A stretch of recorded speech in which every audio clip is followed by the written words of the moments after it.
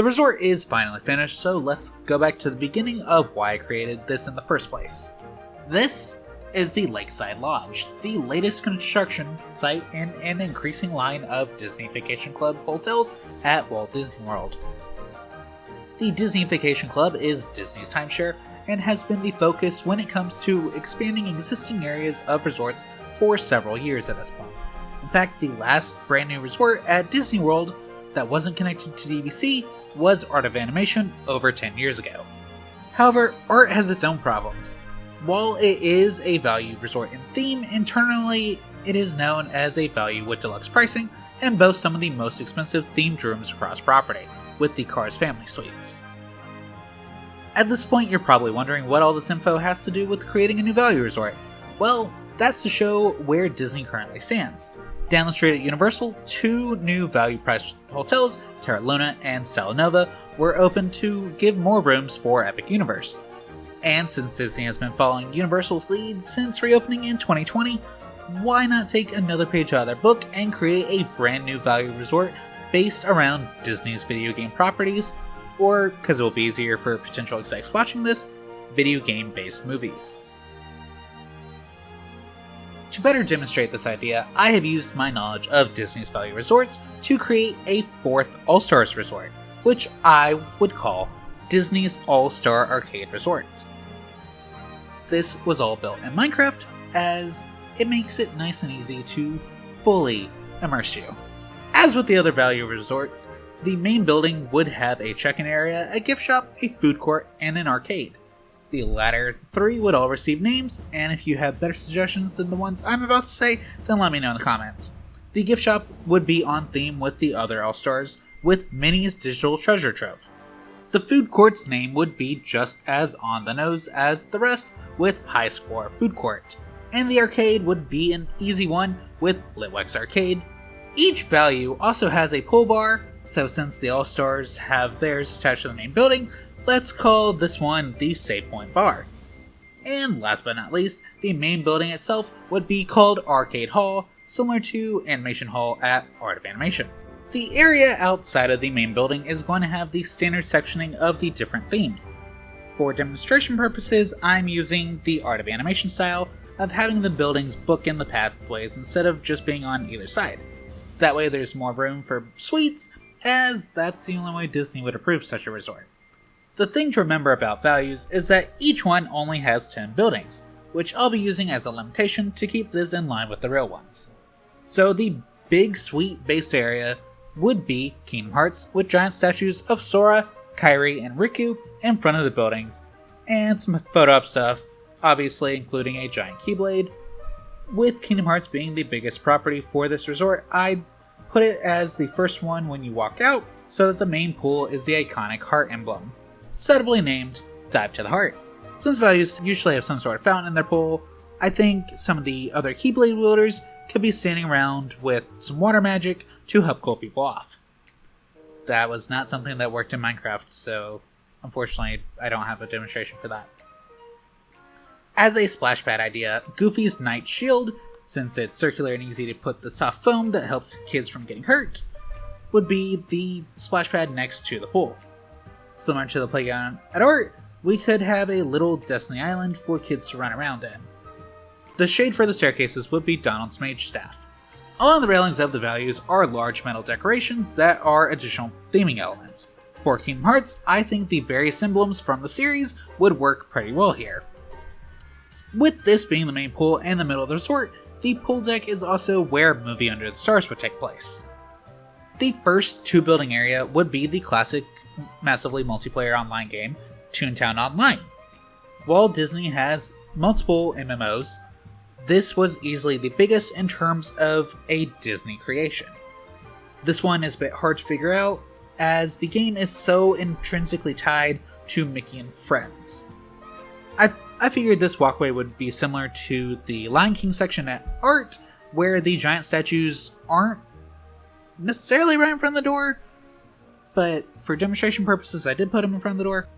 For our purposes, let's put the trolley that takes you to the minigames, and also have a little Toon HQ as the playground.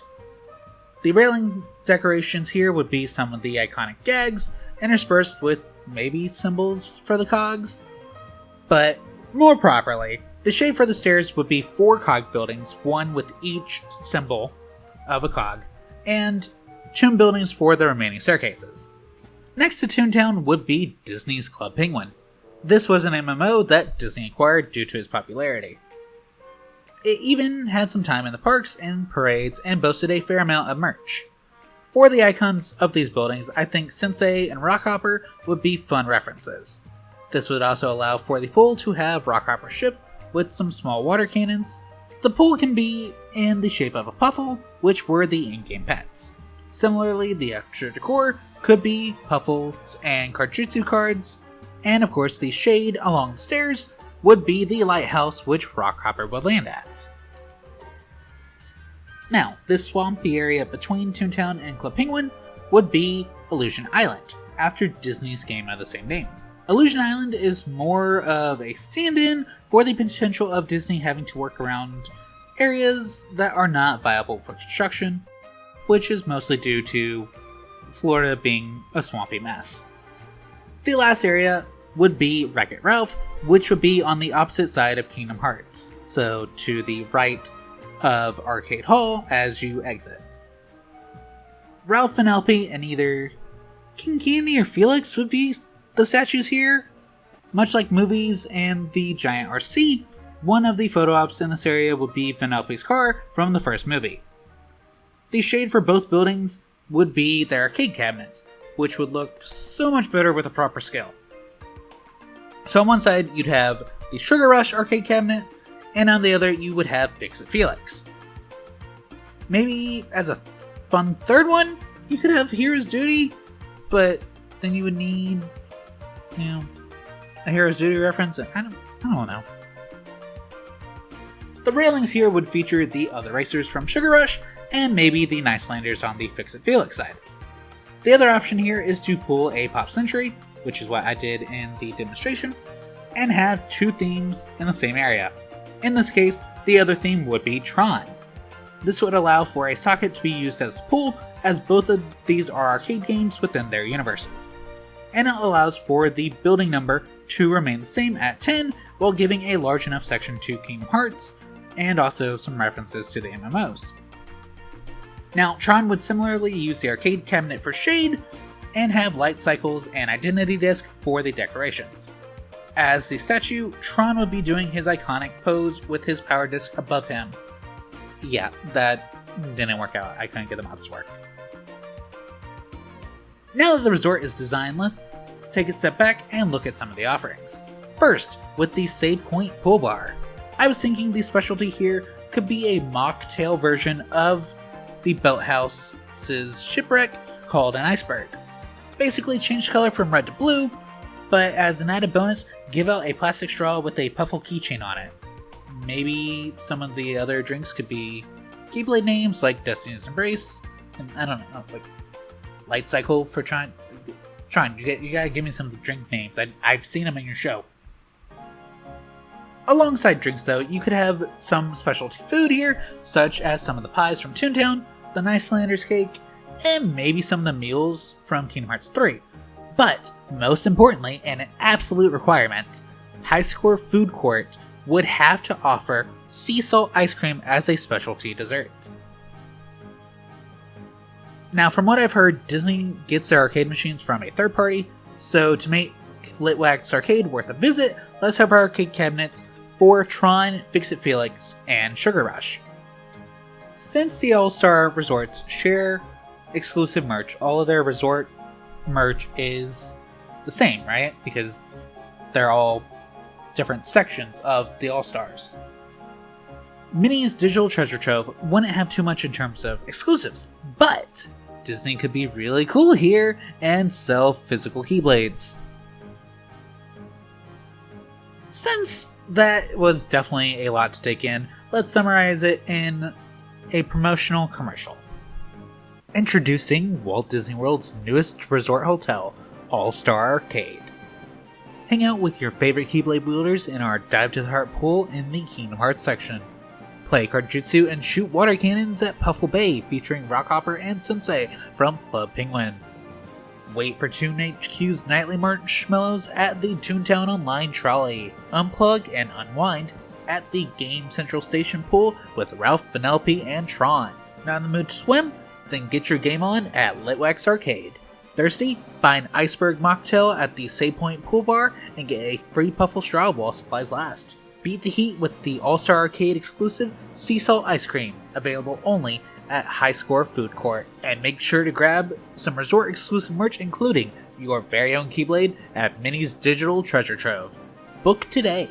This is not a real hotel coming to Walt Disney World Resort, but Disney should definitely hire me so I can make it a reality. Now, even with the resort filled out with references galore, there's going to be the issue of finding somewhere to fit another resort on the scale of a proper value. So the second proposal is for something Disney might actually be willing to do.